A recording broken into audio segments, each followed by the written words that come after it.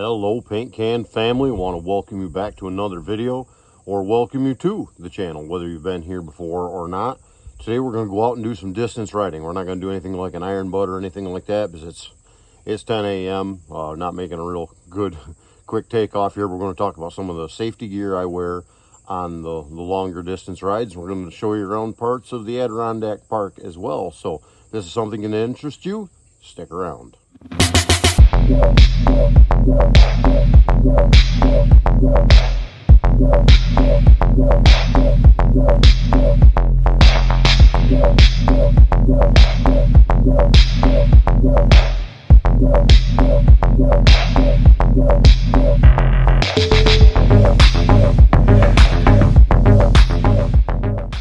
So this is 7th Lake,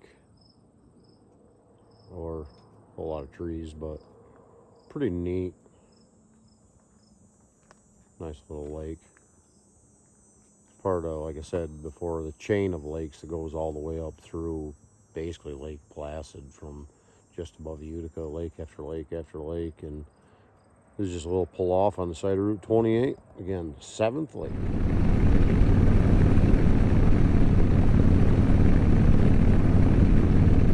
So you know how some things don't always go according to plan in life?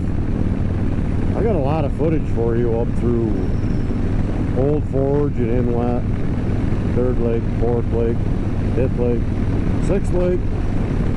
Took a stop with a cell phone and took a quick video and a pull off for 7th Lake.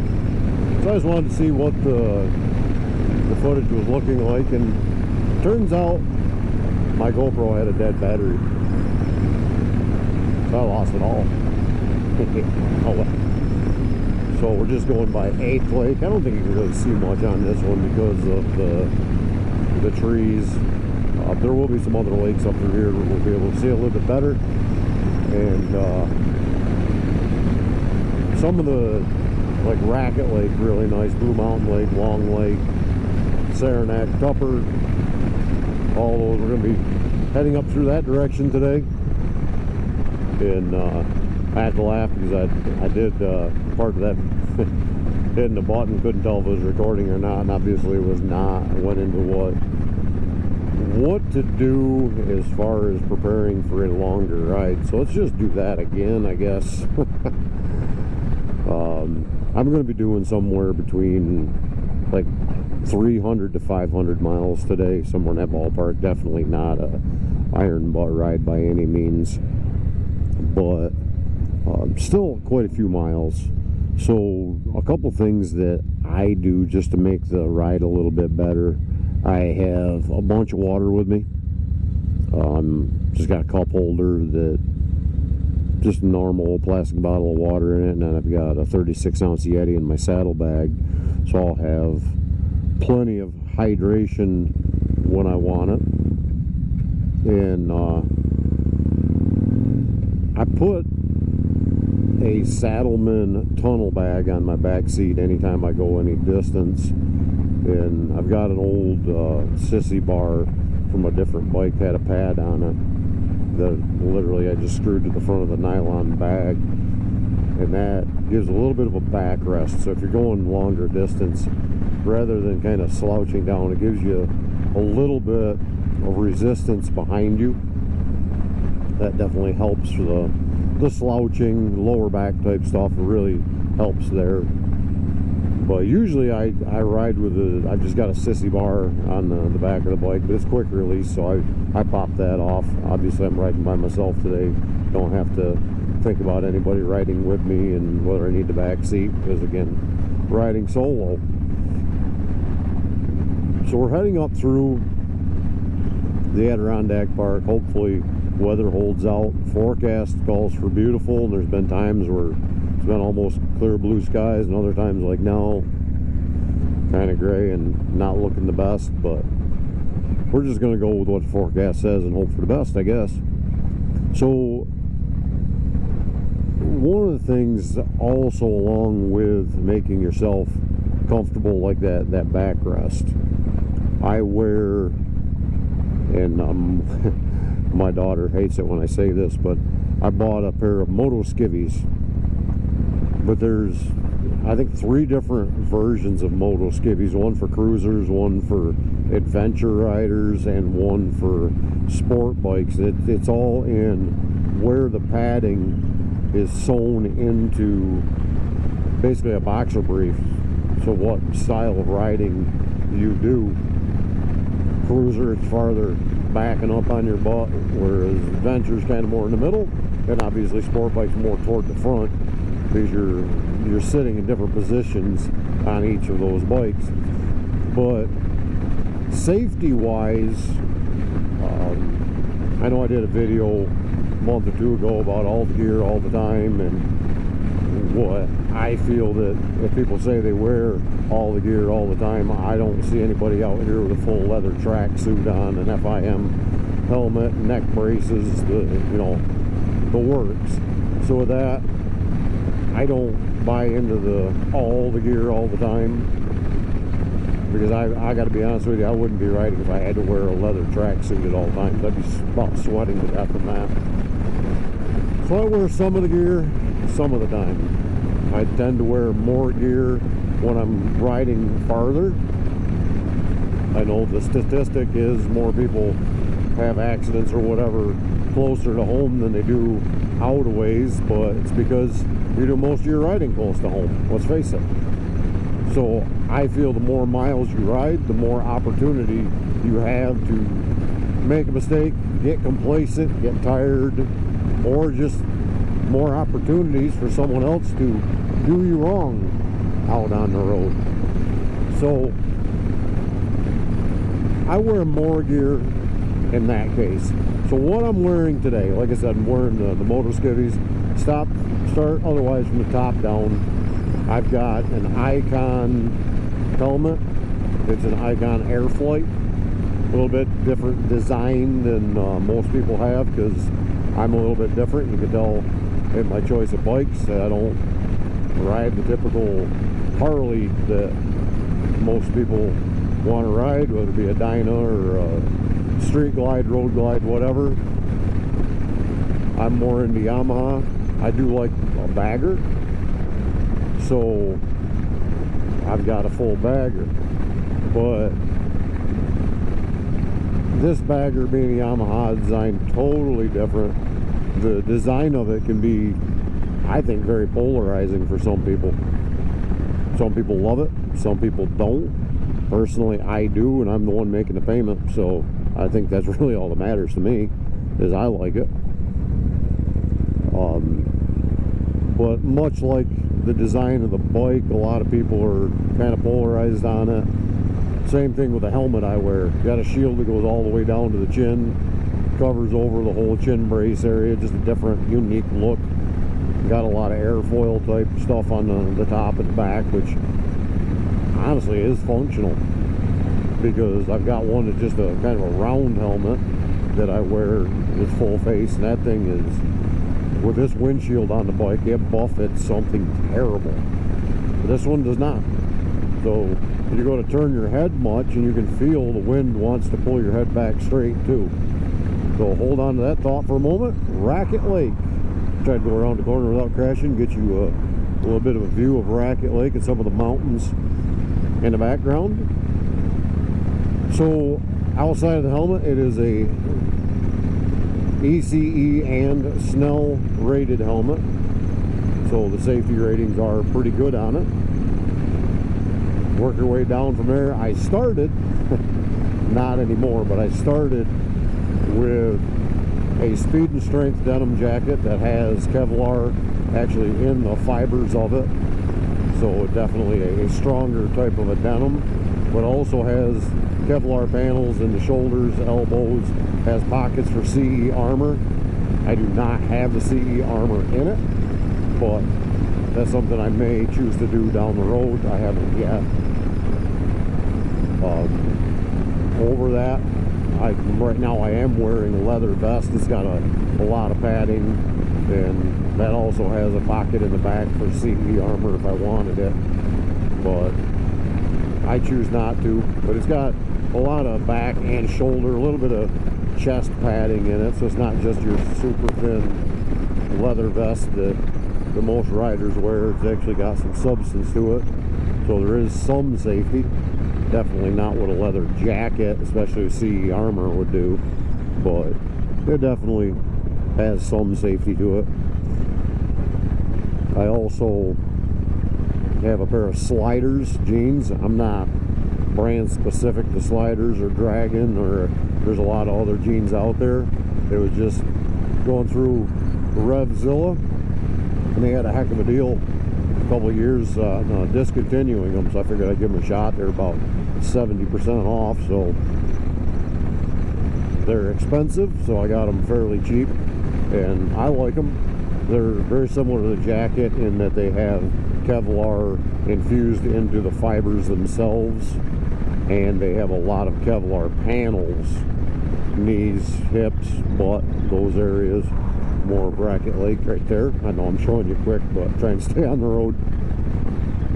But the Kevlar panels definitely help against any sliding or whatever. They don't have any padding in them, but they do have a lot of slide protection. And I always wear, I call them shoes, I guess. They're more of a sneaker, even though Icon calls them a boot. They're Icon Tarmac boots, they call them. They look just like a sneaker, they fit just like a sneaker. Everything reminds you of a high top sneaker with the extra padding around the ankle bones. But the side-to-side crush resistance is unbelievable. The bottom flexes nice when you're walking, but from side to side, you're not going to crush this shoe. It has a tremendous amount of structural rigidity side to side, and it's got extra panel on the top for the shifter where you won't wear through it. They claim to be waterproof. I haven't found any shoes that are actually waterproof, because you step into water up to your knee, they're not that waterproof. You get caught in a rainstorm, water will get in. But they are fairly breathable, and they are water resistant. You get caught in a quick shower or fog or whatever, your feet will stay dry in that. But they're vented enough that they will dry out pretty quick too if they do get a little wet. So really comfortable shoes. So that's what I do safety wise. I got a pair of Joe Rocket gloves that I usually wear if the weather's at all cool. They're vented, but they've got quite a bit of armor for your palm and the heel of your hand, and knuckle protection as well. So obviously I stripped the jacket off, I stripped the gloves off because it's about 80 degrees and it's just hot and uncomfortable wearing all that. So that's what I usually wear safety wise. But again, we're not here specifically to talk about safety. We're here to show you through some of the Adirondack part. And I think next up is Blue Mountain Lake. This is the end of Blue Mountain Lake, where it comes into the town of Blue Mountain Lake. It's pretty neat, and I'll bet it's nice to be out there on a boat, being able to look up at the surrounding mountains and such. Never been out on a boat, but well, maybe someday, or maybe a kayak, something on that idea. But this is definitely one of the older of the popular Adirondack towns, and it's been a year or so since I've been up through here, and it looks like a few of the storefronts have closed down, probably because of COVID and less people getting out for a few years. Probably couldn't keep things moving, which it hit, I mean, the whole world, but the U.S. and I know the Northeast where I'm from, it hit us pretty hard. We definitely had a lot of businesses closed.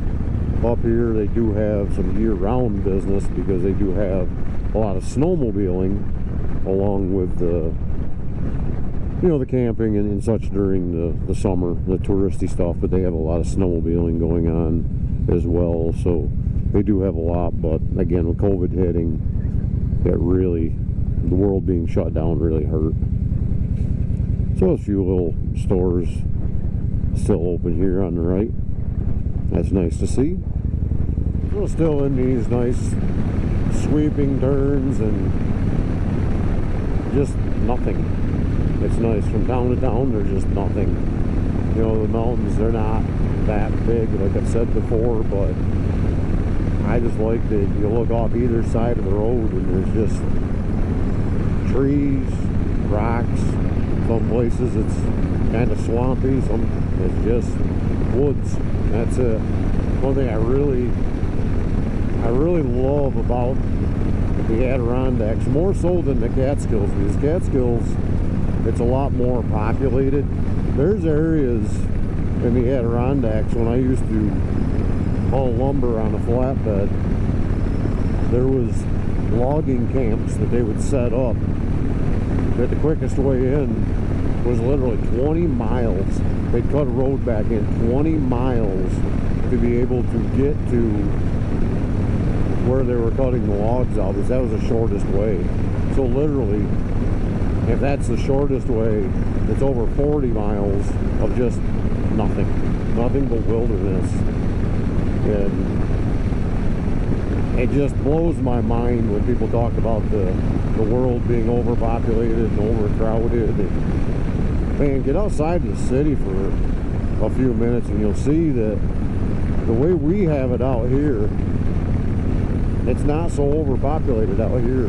Yeah, the cities, the people that are always trying to tell anyway, people what to do, yeah, that's overpopulated, but out here, not so much. And we're coming into the outskirts of Long Lake now, and I don't know because I've never measured it, but they claim that there's an island in the middle of Long Lake that is the geographical center of the Adirondack Park. Now, whether that's true or not, I don't know, but that's what the people in Long Lake claim.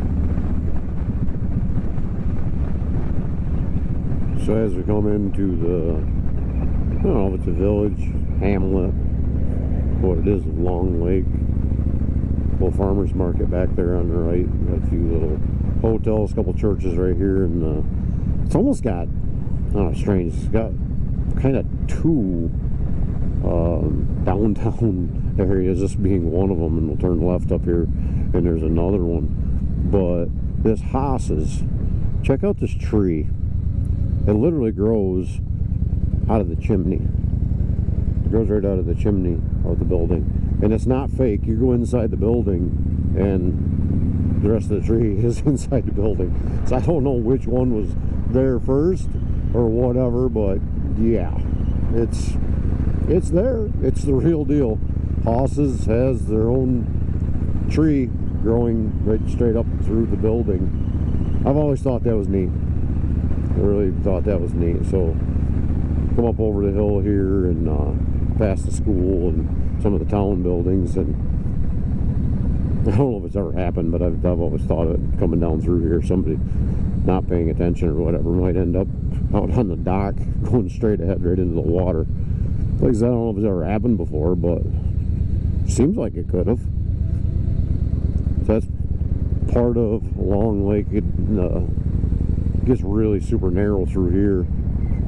Actually, the last time I was here, there was some seaplanes docked here by the beach. So I don't know if they still do that or don't, or maybe they're out flying around right now. But there's usually some seaplanes with the pontoons. They'll take people out for tours of the Adirondacks from an airplane and be able to take off and land on the water. But it's kind of neat looking down through where you can see the mountains in the distance, both directions. And Long Lake is incredibly long, but as you can see, it is not at all wide. It's like a wide river the whole way. There's not a whole lot of width to it. I've heard there's areas that are quite deep, but there again, just heard, don't know.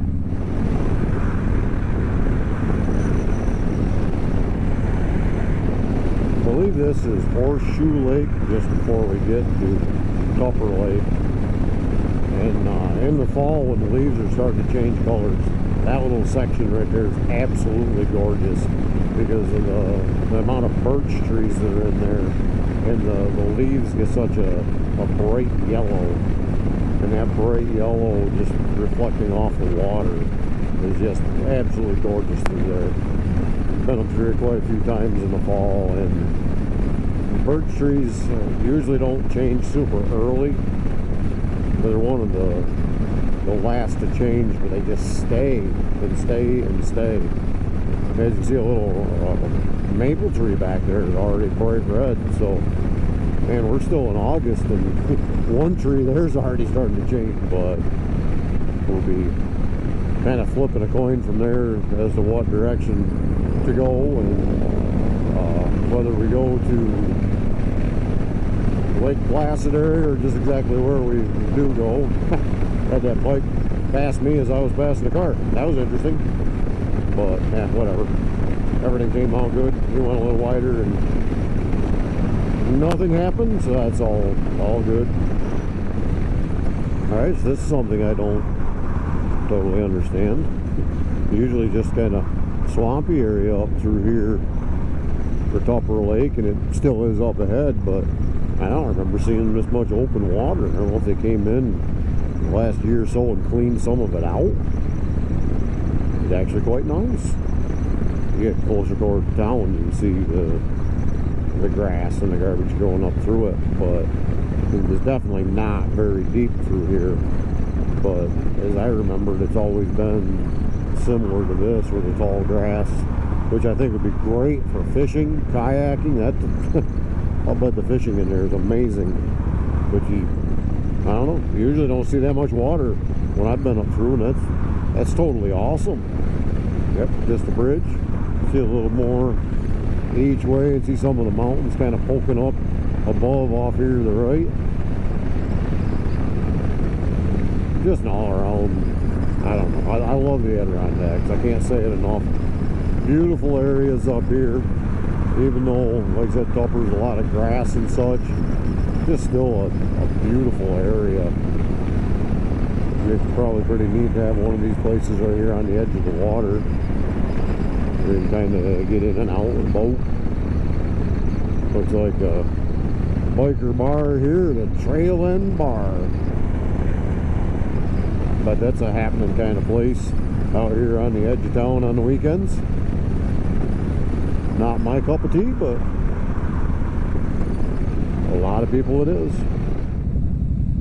Now, this is the cool part of Tupper Lake. I don't know what it is about these Adirondack lake towns, but roads come down and do hard turns back and forth. But straight ahead there is where the lake is really open and nice, and goes up through for quite a few miles along the side of the town here.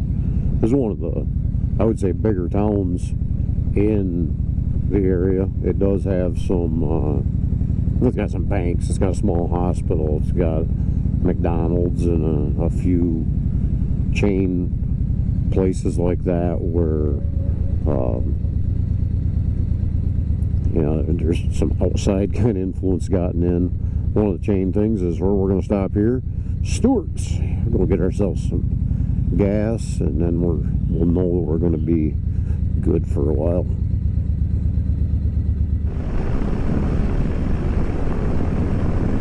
So it's been a few miles since we left that Stewart's. We put in, I don't know, about 5 gallons of gas, and kind of flipped the coin in my brain, and like I said in the last clip, we're either going to turn left or we're going to turn right. Well, turns out the intersection has changed since I'd been there last. They'd done some road work, and it was either turn left or go straight. So I chose to go straight. We are on Route 30, and we're going to be heading right now towards Saranac Lake and toward Lake Placid. Going to cut that direction, then scoot over toward the north way, probably run down Route 9 till we get to Lake George, then cut across from Lake George over to Lake Luzerne, go along the Sac-and-Dodger Reservoir, and then back home that direction. That's the plan, but as you know, things can change. So I don't know what lake this is. I don't know anything about it, just saw it along, I pulled off on the side of the road, mountain in the background, and just, I don't know, to me, it's beautiful. Absolutely beautiful. Good? Yeah, just stop. So that's pretty cool. A guy on an adventure bike saw me beside the road and stopped to make sure I was okay. Really, really nice guy. I told him we're okay, and then he saw what I was doing as I was taking the video here of this end of the lake, so he did the exact same thing. And I told him I was where I was from, about 30 miles below Utica, and he goes, yeah, well, I'm from Long Island. I'm like, wow, you get out. And he had just said that he'd gone to California and back on that adventure bike. I'm like, dang, that sounds fun. And so he's just out traveling around, and not that hard to see. I'm a little jealous. Look at this deer out walking across the road here in front of us. Nice small buck. Looks like a crotch horn, maybe a 6-point, all in velvet. Hopefully it doesn't get whacked by a car along the way here, but well, these things do happen. So last year when I came through, this road was all tore up and screwed up and awful mess, and it looks like they kind of left it that way, kind of patched it, and that was it. Not sure what the point with that is. Seems like they would have, I don't know, repaved the whole thing through town instead of leaving it a mess like they have, all bumpy and humpity and screwed up. But who am I to judge? It's a nice, cool looking old brick school there. Huh. Like I said, this is a neat town. It just, some of the older, almost Swiss looking buildings, chalet sort of style, and then you got this massive building right in town. Looks like they're doing a bunch of work to it. So I don't know if that's a arena auditorium type of a place. I would have to guess that's probably where they did the opening and closing ceremonies, and probably a lot of, well, there's a rink entrance. That's probably where they did their figure skating and hockey, and a lot of that type of stuff is right in there. So that's probably what that is, all Olympic stuff. But check that old stone church out, pretty neat. And then back to kind of the old Swiss chalet looking buildings through town here. Definitely a lot of traffic, but like I said, it is one of the more touristy towns in this section of the Adirondack Park. And obviously they had to have some big hotels and big eateries and all that to be able to host something as big as the Winter Olympics is. Watch people on Harleys out doing the same thing I'm doing, putting on some miles and enjoying the scenery. Looks like just got done maybe eating some lunch.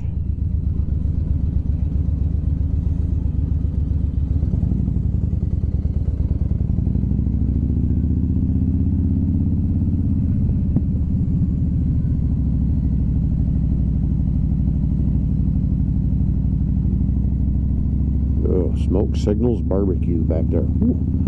Oh, that smells good. Probably should have done that if I'd known, rather than having the old dried up burnt chicken tenders from Stewart's. Some outlet stores right downtown. Kind of a unique concept. Usually they're out on the edge of a town somewhere, not in the downtown area. And there's the lake itself.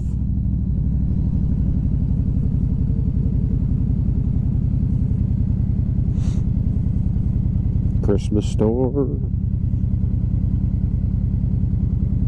Ben & Jerry's ice cream.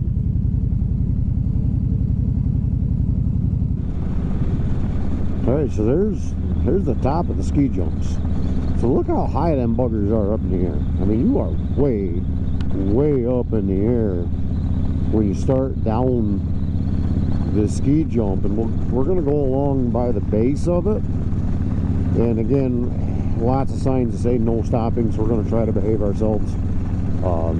This parking lot right here to the right, you can go in there, and I believe you've got to pay, because there's an office that says open in here, and I believe you got to pay to get down into the parking lot area. But I'll try to twist my head on sideways to get you the best shot I can of the ski jumps here. But when you go down that jump, and you're right here in these trees. Hopefully you can see it decent. You're right man, you better stop. You definitely better stop at the bottom, or you're going to be in the trees in a bad way. So I guess that's why they're Olympians, and I'm just a dumb truck driver that likes to put together some YouTube videos of things around the state. But all I can say is, wow, this one over here catches just for that second there. It's in the clouds. I mean, it's high enough that the clouds are down over the mountains. Again, it may not look like they're huge, massive, like some of the pictures you see of the Rocky Mountains, the Grand Tetons, you know, some of them, they're amazing. But even these Adirondacks, like coming up here again, we'll see you can't see the top because they're literally in the clouds. Just again, it blows my mind, completely amazes me what God created out here. Just completely amazes me.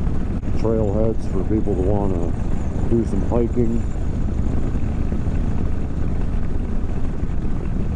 Park here and walk your miles and miles to the top. There's another thing, I mean, it's definitely stop worthy, but I'm assuming it's going to be absolutely full of cars. There's a few pull-offs up here on the right. Well, maybe this red light will catch us and we'll be able to get a little bit of a shot at it. Well, look at these cliffs. I mean, look how high up that is over there. And these cliffs, and then they just drop off into this pond, lake, I'm not sure. I mean, maybe it's just some springs that start here in this swampy area, and then maybe that's the start of a pond or whatever that ends up being a river by the time it gets to the other end and dumps out into the Keene Valley. I don't know, but I mean, this is just a breathtaking view down through here. I absolutely love this little section of road with just the water right at the bottom of all these drop-offs and cliff faces. And it's only a short section down through, but to me, like I said, it's breathtaking. Absolutely beautiful. Absolutely beautiful. I think it'd be fun to be at the top looking down, but I gotta say, I do not have the ambition, and I'm not in good enough shape to be climbing all that mess to get to the top.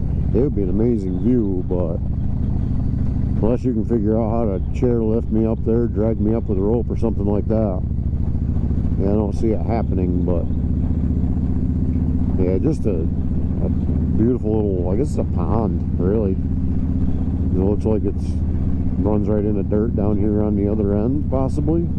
Maybe a little outlet in that far corner. I don't know. Really don't know. Beautiful though. And roadway going down here, down in the little parking area. I don't know, maybe they use it as a beach. There's a lot of things I don't know about this. I do know it's gorgeous though, absolutely gorgeous. And I do know if I keep looking up there and showing you, I'm going to end up getting run over by a car. But it's probably worth it. Man, that'd make good footage, wouldn't it? But you look how high it's on that side as well. And the road's in pretty rough shape. There's no question about that. But I mean, that pond ended and another one started just that quickly. So again, down this valley, there used to be pull-offs all the way down through here. They got them all blocked off now. I stopped here and took some pictures last year when I flew through, but they've got it all blocked off with the barricades to build the road, and well, that's kind of a bummer, but that's probably why all that parking back there, so you can walk down and see it. There's some of the natural beauty. Left that little high area there with all the water on the right, the construction and stuff, but you can see all these mountain tops ahead of us. Just the natural beauty of it all. Like I've said before, just breathtaking beauty. It would be so much better on a nice, clear, sunny day, but yeah, we've got what we've got, so just appreciate it for what it is. And just even this smaller one being all this stone showing at the top, and so it's just, like I said, just absolutely beautiful. Loving it.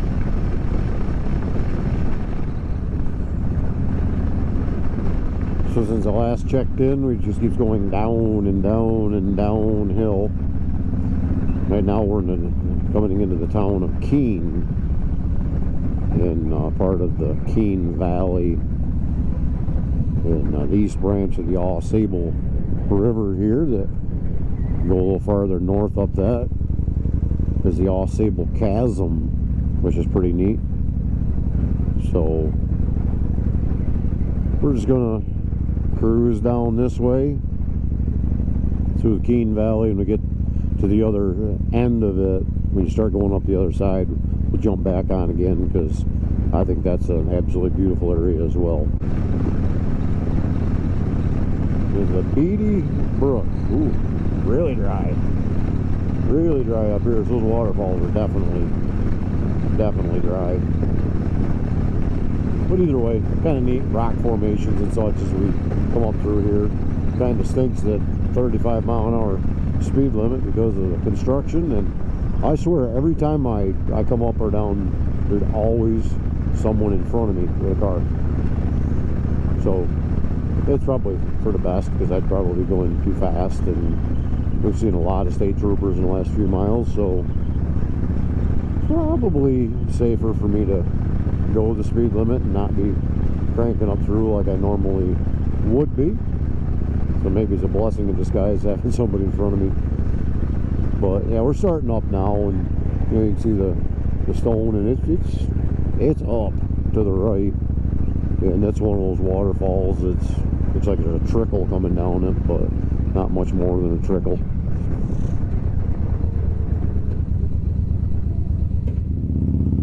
All right, so we're back rolling in the construction, and looks like they're trying to fix some of the places that probably might have washed out. Hard to tell, but they fixed back there and milling here to put new pavement in. But all the stone formations up here on the left, just majestic to me. You're going up this little, I don't know, little pass between these two mountains, and just that high and steep on one side. And at this point right here is not that far down on the left, but there's a couple places on the left that are really far down. But right now, I mean, we're long ways up on both sides of the road, and just sheer rock ledges both sides. To me, I don't know, there's not much more beautiful out there in the world, in nature, than these sheer cliffs and drop-offs and ledges, and like these rocks just laying on the side of the road that have fallen over the years. And you can see through here, this was blasted out when they built the road, but some of these areas just totally blow my mind. So we're going to pull into the parking area up here, because let's face it, this right here, this is cool. I got to stop. We got to take a little better look at this. This is really cool. I know it's a little windy, so I'll be picking up a lot of wind on the video here, but man, I don't care who you are. This is just absolutely breathtakingly gorgeous. It's called Chapel Pond. I mean, the rock formation comes up on the other side, and just a nice pond out here. Got some people kayaking. Got a father and son around the corner here teaching son how to skip rocks. I mean, come on now. This is absolute nature at its best. Absolutely gorgeous. So we're out of the, I guess we call it the high peaks area of the Adirondacks. Now we're heading down, I don't know, the 9N. I don't remember exactly what road, but we're heading into Scroon Lake. Beautiful little town. I spent a summer up here back in the road construction days working on the Northway, and I just always thought this was a really neat lake. There's a island out in it that I believe is owned by the Word of Life Bible Institute, which is actually up here on the right. Rumor has it, kind of ice road truckers sort of thing, they were trucking stuff over to the island during the winter back in like the 40s, and apparently in that time dump truck went through the lake and is still, or through the ice, is still down at the bottom of the lake. I don't know if there's any truth to that or not, but it's a pretty neat story at any rate, whether it's true or not. I forgot about Little Loon Lake here. This is where Route 9 and Route 8 come together, and 8 actually takes me back toward home, but we're going to take a little detour on the way home, like I said, through Sacandaga and such. It's about 30 miles longer going that way, but I forgot Loon Lake was a nice, pretty good sized lake. So Lake George Village never fails to impress me, the amount of traffic.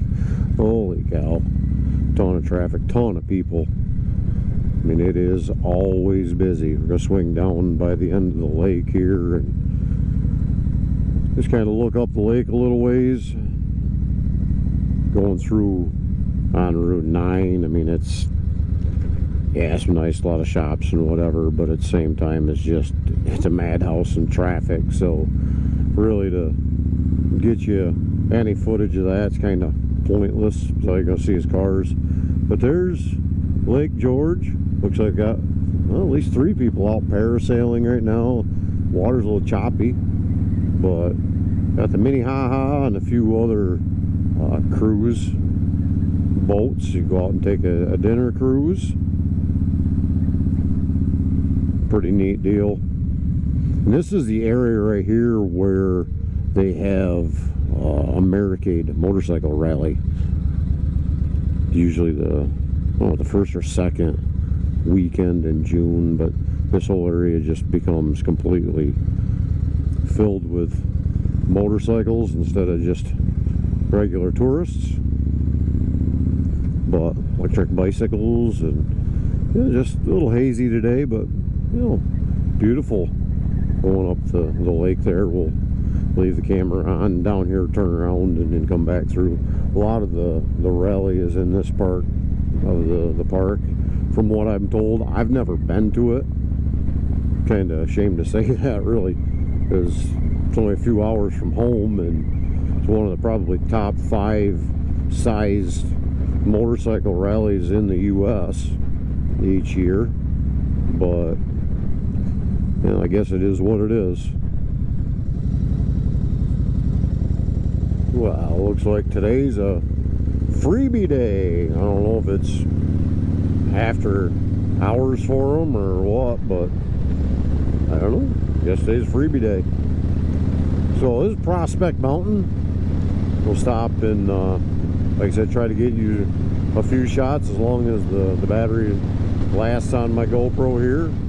This is the first lookout on the way up. So I'm just gonna, stop quick and loop around. But as you can see, just a absolutely beautiful outlook. A little hazy, but looking over in the mountains on the far side of Lake George, and as we go up higher, we'll be able to see more over into Vermont, because I don't believe that's Vermont yet. I think that's all still within the state of New York, but we definitely will be able to see over into Vermont, and probably, depending on the haze, into Massachusetts by the time we get actually to the top. So we're just gonna jump up on a rock here and get a little bit better vantage point as we look out again over Lake George and some of the mountains. And if we look about the 3rd row over, that definitely is Vermont there. But just the way you can see up through from here, just absolutely gorgeous. We'll jump back down off the rock and continue up the hill. But I often think of some of the things that people do when building roads. You look at it on the right hand side here, all these rocks instead of guide rail to, I mean, it's a beautiful look, but imagine how long it took to put all those rocks in place. I'm assuming they use either bucket loader, excavator, or something like that to put them there, but oof. That was a time-consuming project. Up through here, they got them on both sides. That was a time-consuming project, without a doubt. Yeah, that's all blocked off. Well, that stinks. Not sure why that is, but that definitely stinks. We can't go up there. So just kind of loop around here. Even though it says no parking, I'm not parking. Parking versus standing. I'm just hanging out. No parking. But there's really not like there's really much for people here. So I'll jump back up on a rock here as well. And definitely from here we can see out over into Vermont and kind of over to the right side here. I don't know how the camera's picking it up, but I can see like 6 levels of mountain rows across before you hit the clouds. That's definitely into Vermont.